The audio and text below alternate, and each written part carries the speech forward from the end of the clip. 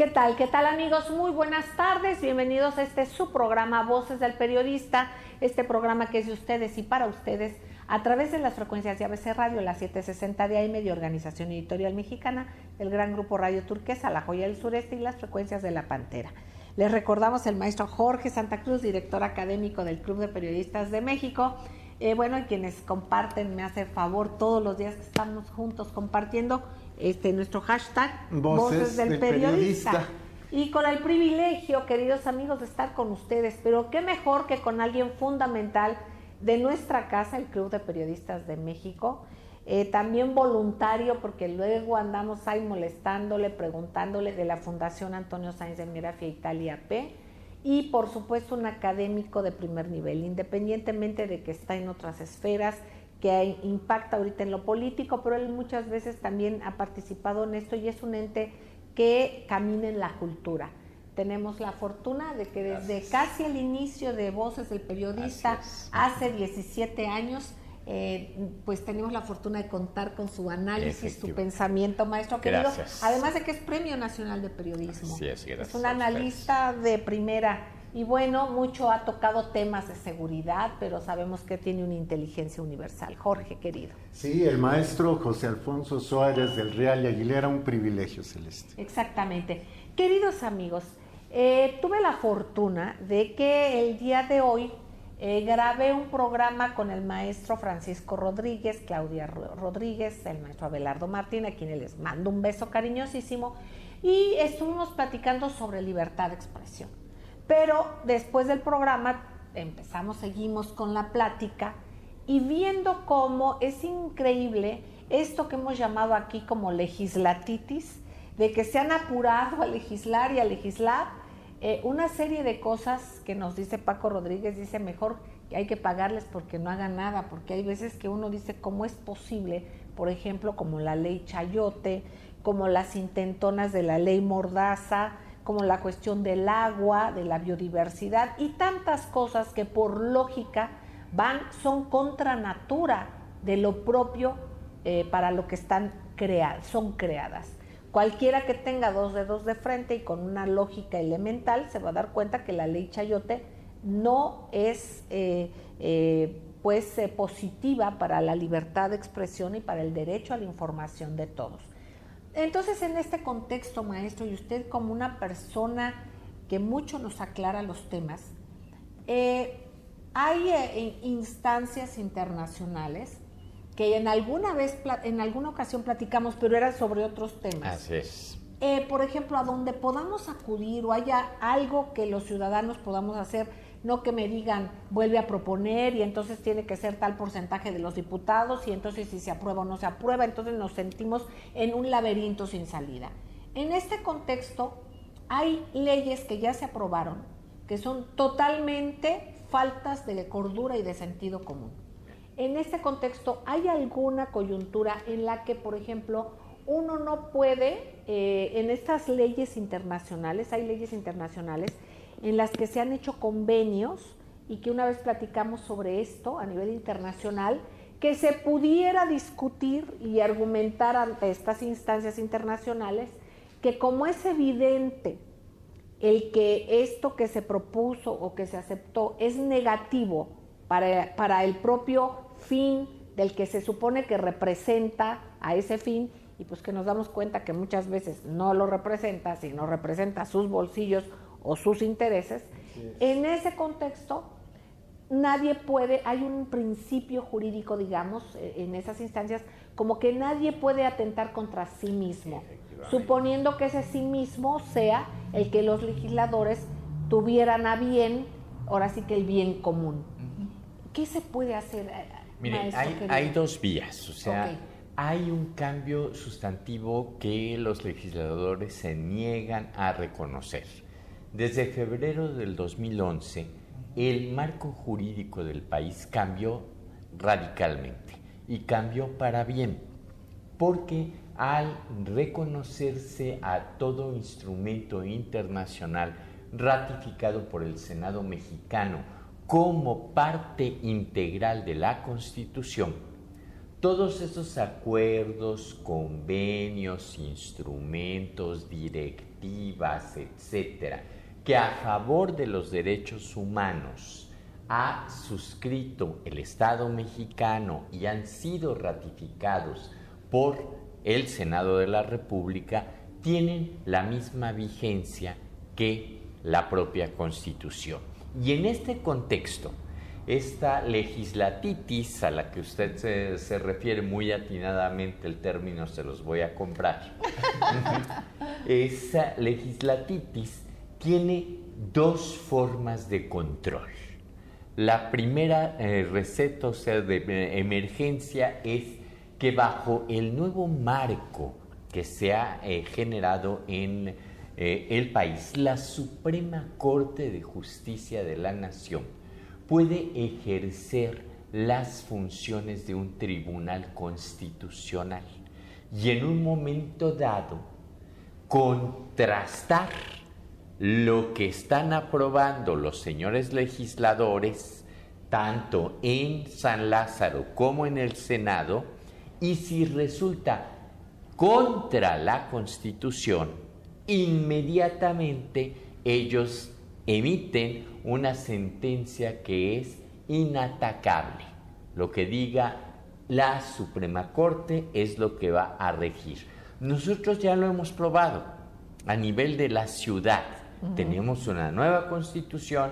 Es cierto que esta Constitución se promulga el 5 de febrero del 17, entra en vigor en septiembre del 2018, en pocos meses, pero ha habido algunas situaciones que han provocado que lleguemos a presentar controversias inconstitucionales por considerar que están violentando los principios básicos de esta carta. Y nos ha funcionado bien. Nos funcionó bien para el Código Electoral, por ejemplo. En el Código Electoral que habían aprobado la mayoría de los compañeros en la Asamblea Legislativa, había ciertos principios que violentaban principios fundamentales de sentido común. Exactamente. O sea, y entonces, la Suprema Corte emite una sentencia en la cual dice esto que el grupo parlamentario X presentó como acción de inconstitucionalidad, resulta que le tiene la razón y por tal motivo se ordena la modificación de la disposición que se tiene. En este caso específico, ley Chayote, en este caso específico, no basta y sobra invocar el artículo 19 de los derechos humanos. Por eso las organizaciones sociales no gubernamentales que velan por la defensa de la libertad de expresión se llaman artículo 19. El artículo 19 es igual a un artículo constitucional, es muy similar, muy parecido. Nosotros lo tenemos como garantía, ellos lo asumen como un derecho y dice textualmente: todo individuo tiene derecho a la libertad de opinión y de expresión. Este derecho incluye el no ser molestado a causa de sus opiniones, el de investigar, recibir informaciones y opiniones y el de difundirlas sin limitación de fronteras por cualquier medio de expresión. En este contexto está sensacional, pero yo no entiendo. Fíjense aquí, la Suprema Corte de Justicia ordenó que se emitiera una ley que tiene que ver con los recursos públicos y la diputada priista Mercedes del Carmen Guillén, por cierto, hermana del subcomandante Marcos, bueno, esta señora propuso un decreto, una propuesta de decreto que es vergonzosa y que perfecciona inconsistencias y legaliza aún más la discrecionalidad. ¿A qué voy? A que la Secretaría de Gobernación sea quien finalmente diga y palomé, a este sí le doy publicidad, a este no. Sí. Esto va contra la libertad de expresión porque más allá de todo debe de permear el recurso público para lo que es un universo informativo. No solamente es para lo que es la nota o la información política, debe de derivarse en apoyos a la cultura, a medios que promueven cultura, que promueven ciencia, que promueven tecnología, infinidad de universos de comunicación y de pluralidad. Y en este caso, pues bien sabemos que si estábamos mal antes, ahora está peor, porque ya legalizaron lo que antes se criticaba y estaba hecho de facto, de costumbre, era como usos y costumbres, pero no estaba legalizado y lo acaban de legalizar. Y curiosamente, en respuesta a la orden que dio la Suprema Corte de Justicia, que derivó de un amparo de artículo 19 de esta organización, que llevó un amparo y muy bien, pero que resulta que es una burla, porque entonces es un juego de simulaciones, o cómo podemos argumentar, porque aquí se habla de recursos públicos, para que esto se pueda echar atrás, porque ahora nos dejó peor que antes, porque ya legalizó lo que antes se criticaba. Bueno, ahora ya le aplicó la discrecionalidad, pero ya lo legalizó. Bien, artículo 19, la organización en efecto ha criticado acremente la disposición de la diputada que es presidenta de una comisión fundamental e importante, en donde queda claro que se requiere gente que conozca profundamente sobre lo que es el ejercicio de la libertad de expresión como un derecho humano, no como una garantía individual, como ella lo está viendo. Y bajo ese esquema de garantía individual, evidentemente, o sea, yo puedo garantizar parte o puedo garantizar a otro el mismo término. Aquí lo que están haciendo es llevar precisamente esta resolución o esta respuesta a una disposición de la Suprema Corte de Justicia de la Nación a nivel internacional, que es el siguiente nivel: la Corte Interamericana de Derechos Humanos, que tiene su sede en Washington, pero que también reside una de sus salas en Costa Rica, recibe esta inconformidad que se presenta en relación a dicho tema, y lo van a sustentar nuevamente en el artículo 19, porque la visión con la que se hace este reparto de recursos públicos que debiesen de garantizar el primer principio, que es el acceso a la libertad de opinión y de expresión, el derecho a la información, no está siendo tal, sino que está siendo mermado, menoscabado, discriminado en favor de unos y en detrimento de otros. Qué manera de burlar a la Suprema Corte de Justicia, primero. Segundo, qué bien que tengamos una opción, como es acudir a la Corte Interamericana de Derechos Humanos, pero qué pena que no podamos dirimir y resolver esto en nuestra casa, porque finalmente esto lleva y apunta a un gobierno mundial. Entonces, tiene sus asegúnes. Y bueno, pues vamos a un corte y enseguida regresamos, no tardamos. Gracias. Gracias, queridos amigos. Seguimos en la 760 de AM de Organización Editorial Mexicana, en Grupo Radio Turquesa y en las frecuencias de La Pantera, maestro Jorge Santa Cruz, su servidora con el maestro José Alfonso Suárez del Real y Aguilera, que mucho nos honra, como cada semana, estar con nosotros. Retomando, maestro querido, esta parte y con la reflexión que nos quedamos de pues las bondades, los asegúnes que vemos en todo esto, pero sin embargo estaría esta opción.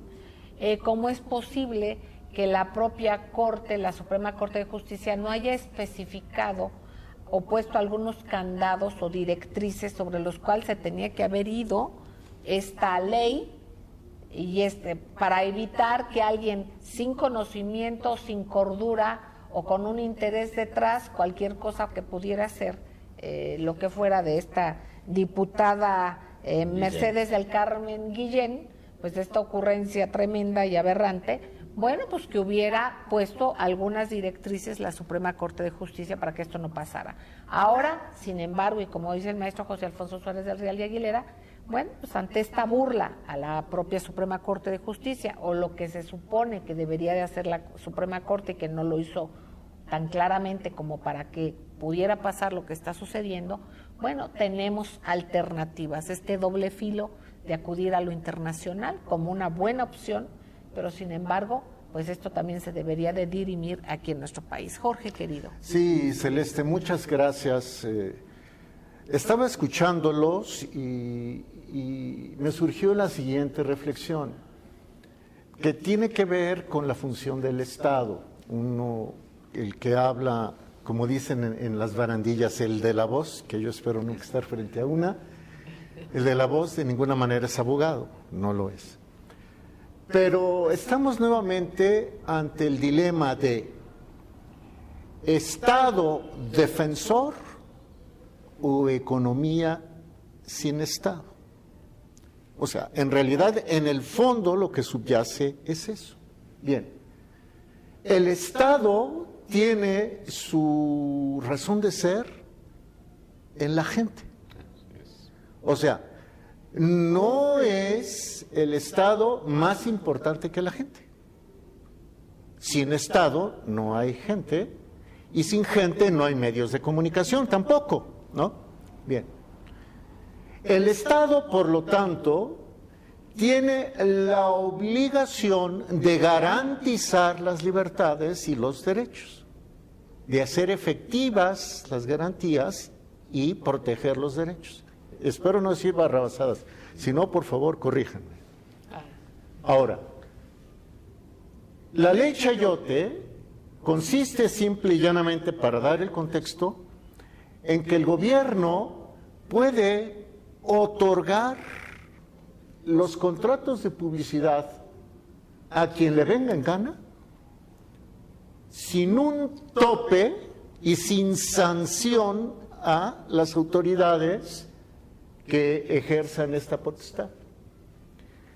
Es la Secretaría de Gobernación la que tiene el control, o la que va a tener el control, si es que no ocurre nada más, porque ya lo aprobaron los diputados y lo aprobaron a las volandas los senadores 1 o 2 días antes de que terminara el periodo de sesiones el 30 de abril.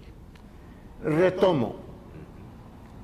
El Estado debe proteger, debe estar al pendiente del bien de la sociedad y de las personas. El artículo 19 de la Declaración Universal de los Derechos Humanos del 10 de diciembre de 1948 dice que cada persona es libre de expresarse y libre de informarse. El artículo 19 tiene 3 patitas, así se los comento a mis alumnos. 3 patitas: libertad de recibir información y opiniones, libertad de investigar y libertad de difundir. Si le quitamos alguna de las patitas, el derecho a la información deja de ser tal. Claro. Bien. Ahora, ¿a qué quiero llegar? La gente en su mayoría no tiene ni los medios ni la preparación para investigar. Y la mayoría de la gente no tiene la capacidad de difundir. Por lo tanto, la mayoría de las personas hace efectivo su derecho a la información a través de los medios. Hasta aquí vamos bien. Ahora, el Estado tiene la obligación de preservar la pluralidad y la objetividad.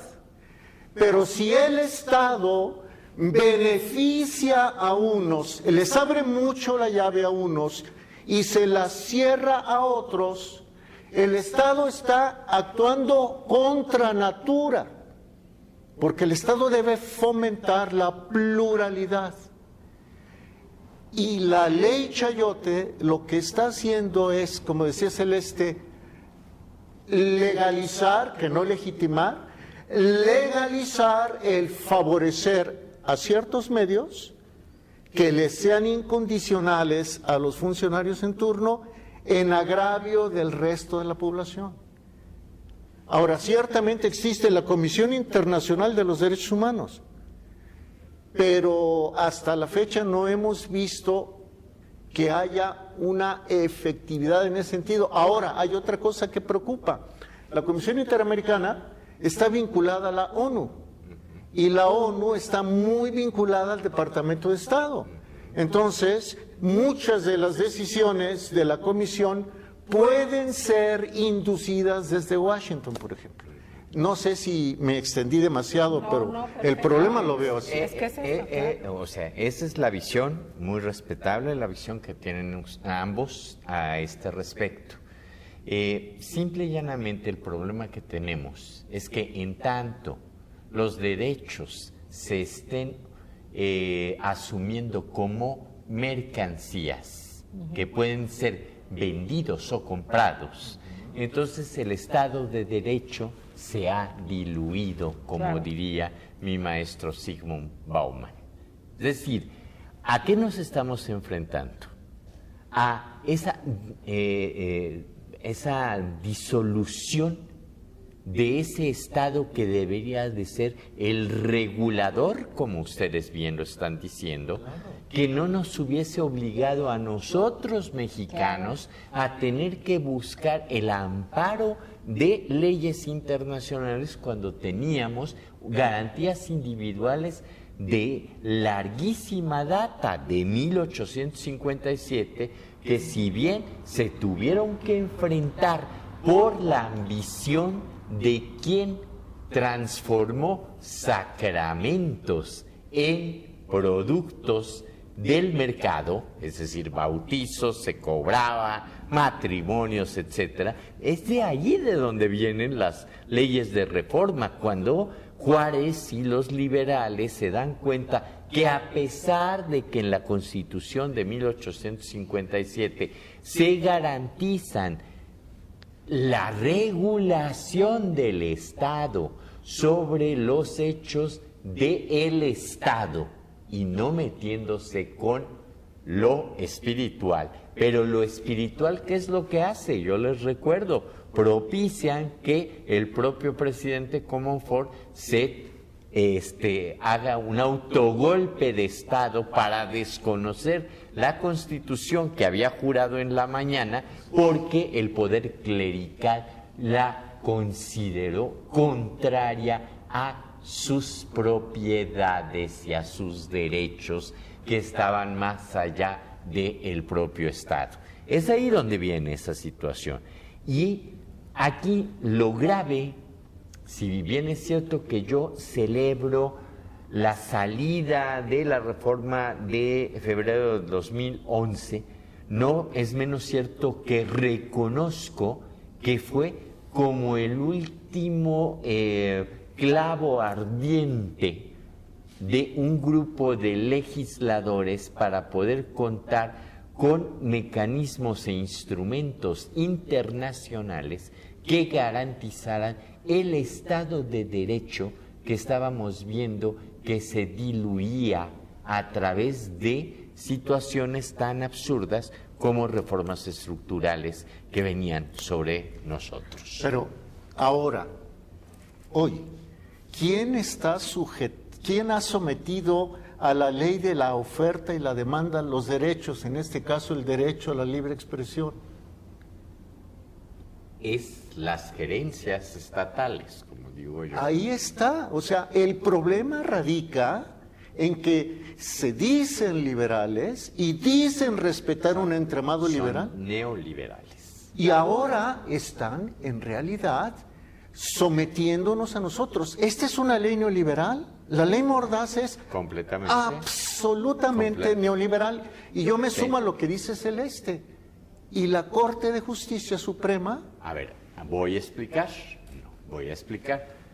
La Suprema Corte de Justicia de la Nación es uno de las instituciones que poco ha evolucionado y que en lugar de estar eligiendo a ministros de carrera, con perfil, con imparcialidad, etcétera, ha sido cuotas y cuates. Díganme ustedes qué hace Medina Mora de ministro de la Corte: proteger los intereses comerciales que se puedan ver sujetos a alguna acción de inconstitucionalidad, entre ellas las reformas estructurales. Con esto nos quedamos, queridos amigos, vamos a un corte y enseguida regresamos. Gracias.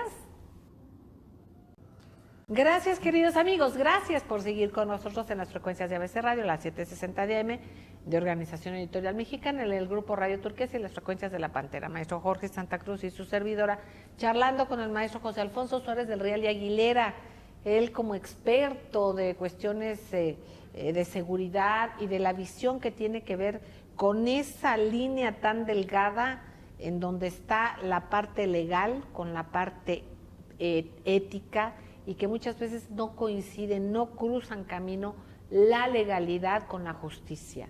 Está ahí un hilo muy fino. Entonces, aquí yo le pediría al maestro nos explique por qué, digamos, hay quien, una de dos, o se avienta la puntada a la diputada esta Guillén, de dar un bofetón a la Suprema Corte de Justicia, y la Suprema Corte de Justicia está manca y no puede hacer nada, ni se puede defender, no en función de su defensa, sino de lo que representa. En el caso, por ejemplo, de esta ley Chayote, y así como estas muchas otras, como usted explicaba, simplemente las reformas, o quien les llama contrarreformas, o quienes están de acuerdo en una cuestión o no, que sea evidentemente que se contrapone contra el interés general. Maestro, lo seguimos escuchando. Sí, en efecto, la judicialización de todos estos temas representa, sí, una gran carga de trabajo para los ministros de la Suprema Corte de Justicia, pero sí la mayoría de los ministros de la Suprema Corte de Justicia supieran de legalidad y justicia, hubiesen tenido una carrera probada y comprobada de el ejercicio de la legalidad en la impartición de la justicia, otra situación es la que estaría viviendo el país. Pero vuelvo a repetir, o sea, Medina Mora, que fue secretario, embajador de México en el Reino Unido, etcétera, etcétera, evidentemente él llega a proteger los intereses de quienes íbamos a inconformarnos en acciones tan fundamentales como las reformas estructurales que violan principios y derechos básicos, que violan una disposición constitucional que ellos mismos reformaron para poder legalizarla, que no legitimar todos estos procesos. Aquí estamos ante algo muy similar. En efecto, el neoliberalismo, en el caso de los medios de comunicación, punto número uno, lo decía Zygmunt Bauman, en primer término se trata de acabar con la prensa escrita. No se trata de acabar con la prensa impresa, porque decía, para eso están las tablets, para eso están los teléfonos celulares, etcétera, los gadgets, como le llaman normalmente. Lo que pasa es que ante la diversidad y la pluralidad de medios de comunicación impresos, hay una variedad extraordinaria de visiones. Algunos podemos compartir unas y otras sentirnos verdaderamente lastimados por la forma en cómo se procesa la noticia. Sin embargo, el artículo 19 dice que nadie puede ser molestado por las opiniones que se emitan, siempre y cuando estén perfectamente investigados y que se haya confrontado la información que se va a plantear desde la óptica que sea. Dos, ¿qué es lo que trata de hacer la sociedad neoliberal? Si en el siglo XIX, principios del XX, se generaban los grandes monopolios del periodismo impreso, ahí está el famoso ciudadano Kane, en Estados Unidos, dueño de la mayor parte de los periódicos. Ahí está esa transnacionalización de los medios impresos que en un momento dado se pretendió llevar a cabo. Aquí tenemos una mezcla, yo todavía no me queda muy claro qué hace el país de España imprimiéndose junto a Milenio, ¿verdad? No me queda más que claro que lo que se trata es de distraer un poco el interés. O, por ejemplo, como el día de hoy, que encuentro en ese mismo medio 7 páginas de una entrevista a uno de los candidatos a la presidencia de la República, en desigualdad de circunstancia con el resto, porque si me dicen vamos a dar el mismo espacio a los 7 candidatos que existen, o los 5 que están jugando, pues adelante, estaríamos ante una garantía de esa imparcialidad y de ese acceso a la información para el lector. Lo que quiere la sociedad neoliberal es que la gente no lea, quiere que la gente vea y que la gente escuche, porque es mucho más fácil incidir e influir en la mentalidad del espectador y del auditorio. Esto es muy curioso. Pero además también ahí no hay constancia de una memoria. Exacto. Es en la inmediatez, y es que también hay una multiplicidad de notas.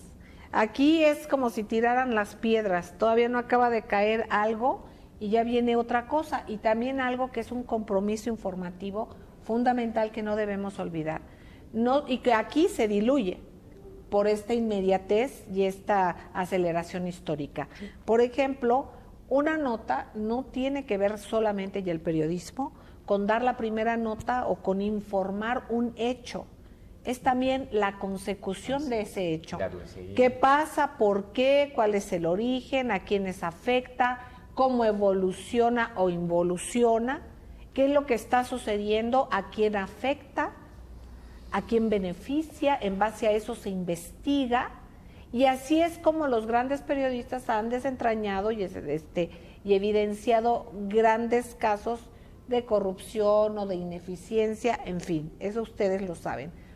Pero para que realmente exista el periodismo, no solamente es dar la nota, que es importante, pero no solamente es el decir, pasó esto, sino el por qué pasó, cuándo pasó, para qué pasó, cómo, o sea, todos los rubros que pudiéramos ver en esto, pero también, además de eso, el dar seguimiento, porque si no deja uno inconcluso la labor periodística. Porque no es solamente como la novedad, no es así como el ver un chispazo y desaparece, no es como los cohetes esos bellísimos multicolores que se dan, hay que verlos, se ven bonitos o sensacionalistas o lo que fuera y desaparecen. No, aquí las noticias no desaparecen, porque detrás de cada noticia hay consecuencias, hay un origen y hay consecuencias. Entonces hay que ver todo esto y eso es importante, y para eso sería también esta parte de lo que platicábamos de los recursos públicos. Claro.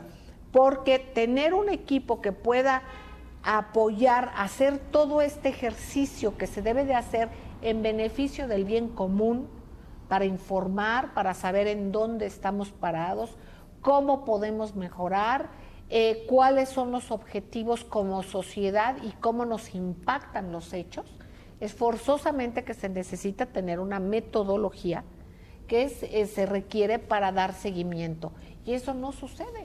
Efectivamente. Contra eso están rompiendo precisamente. Efectivamente, para eso son los recursos públicos, para garantizar ese derecho de acceso a la información, una información equilibrada. Les digo, no importa lo más extremo que sea desde el punto de vista de la visión, la mente y el ser humano tienen muy diferentes visiones, pero hay algo que a mí me parece fundamental.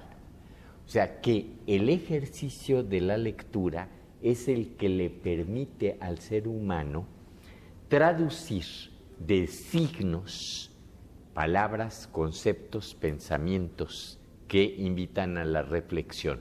Y por eso es por lo que en los programas de radio o de televisión, en donde hay intercambio de ideas, debates, reflexiones, la gente los busca tanto, porque eso les permite a ellos contrastar y equilibrar la información, el bombardeo audiovisual que reciben. Perdón, ojo amigos, esto de contrastar en un debate es muy importante, pero ahorita en el momento histórico que estamos viviendo, no nos dejemos guiar por un debate, no un debate que nos lleve a decidir por quiénes votamos. Quienes nos deben de llevar nuestra reflexión, en mi punto de vista, es la historia y la congruencia en esa historia de los personajes. Hay que analizar su historia porque nos pueden hablar bonito, cuánto se gastan en publicidad o en echarse lodo o en inventar cosas o en hablar bien de sí mismos. Aquí lo importante es lo que nosotros hagamos. Aquí está este ejercicio que debemos, si queremos un mejor país, debemos hacerlo, no queda de otra. Y aquí va otra cuestión, en lo que dice el maestro José Alfonso Suárez del Real y Aguilera, de contrastar, de que tenemos el derecho a escuchar, obviamente, los diferentes puntos de vista, pero ojo, hay diferentes puntos de vista que no es la realidad. Hay gente que está inoculada por un interés ajeno al interés público y entonces mienten. Recordemos que la mentira es violenta. ¿Por qué es violenta la mentira? Porque es deliberada. Nosotros podemos equivocarnos, todos nos podemos equivocar, hay que procurar no hacerlos, pero somos humanos. Pero hay que distinguir entre una cosa que es equivocarnos y otra cosa que es la violencia deliberada de la mentira. Entonces, hay que estar alerta porque luego hay personajes que conocemos, por desgracia, más de los que quisiéramos, que vemos en los medios alegar y son muy buenos articulando y debatiendo, y me refiero al propio gremio periodístico, no solamente me estoy yendo a los candidatos, que bueno, eso también, ¿verdad? Pero nos damos cuenta que aquí no es solamente el que escuchemos debatir. Hitler era un gran orador, era un gran orador, e histrión, por supuesto.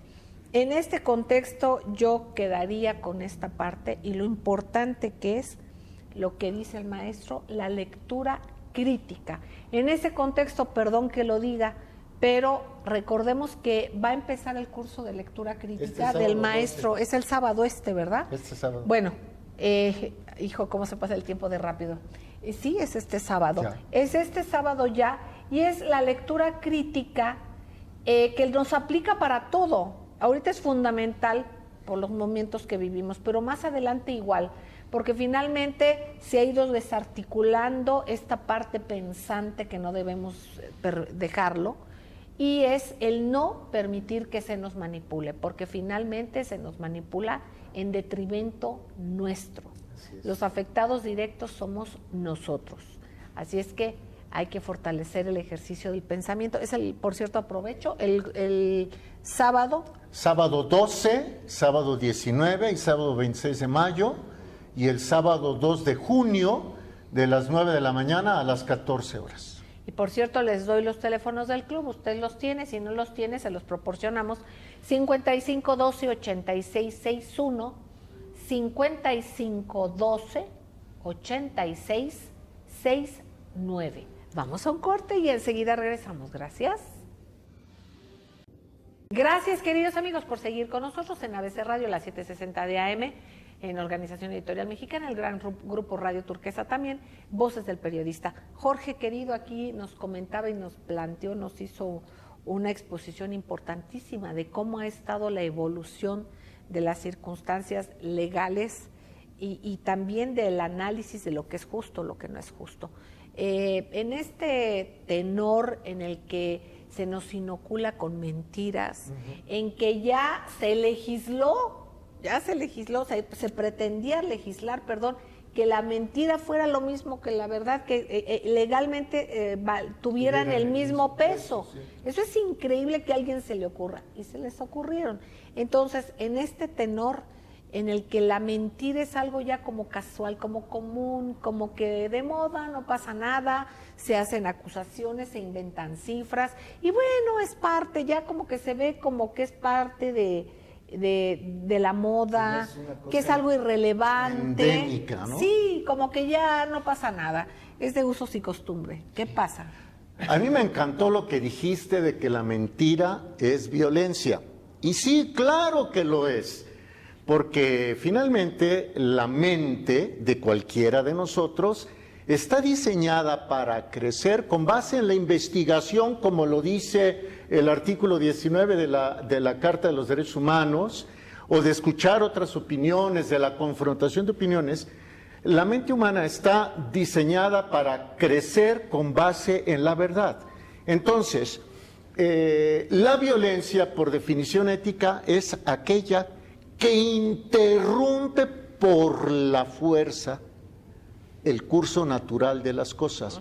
En este caso, la mentira interrumpe el curso natural de la verdad. Es una genial definición. ¿Cómo se miente? Se miente de varias maneras, con sofismas, con falacias, con generalizaciones, sobre generalizaciones, etcétera, con la versión única de la moneda. Lo vamos a ver esto en el curso del sábado, a partir del sábado.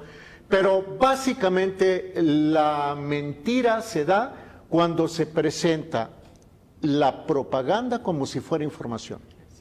A ver, la información es plural, le da voz a todos, es objetiva, las cosas como son, y se apega por ende a los hechos. La propaganda se hace pasar como si fuera información, cuando en realidad lleva una dosis de opinión, que eso se llama manipulación. Con esta ley Chayote lo que se está fomentando es simple y llanamente presentar a la información como si fuera información lo que es propaganda. Ahí está la violencia. El disfraz, el camuflaje de la verdad, vestida de verdad, pero en realidad es propaganda. Eso es delicadísimo y obviamente es deliberado. Esto se hace con conciencia, no es que fue un accidente, ay, perdón, me equivoqué, se me pasaron las cifras, fíjate, nada más no iba yo bien preparado, no. O sea, esto está realmente pensado. Del título de un artículo. O lo que fuera, ¿no? Y de quien sea. Ahora, finalmente se puede tener mala memoria, se puede uno equivocar, Yo me equivoqué. pero hay cuestiones en que sí son evidentes. Maestro, ¿qué otra cosa nos quiere comentar sobre esto? Que esta parte de la violencia es preocupante, o sea, porque así como la mentira es violencia en contra de la verdad, pues la pobreza es violencia en contra de la justicia. Claro. Y entonces es allí donde partimos de este principio de que habemos algunos seres que estamos tratando de buscar la forma en cómo regresar a un estado-nación sólido, a un estado de bienestar, a un estado de igualdad, a un estado en donde los derechos sean eso, derechos y no mercancías, en donde los candidatos sean eso y no productos de aparador, en donde las propuestas electorales sean eso, propuestas electorales y no eslogans de campaña.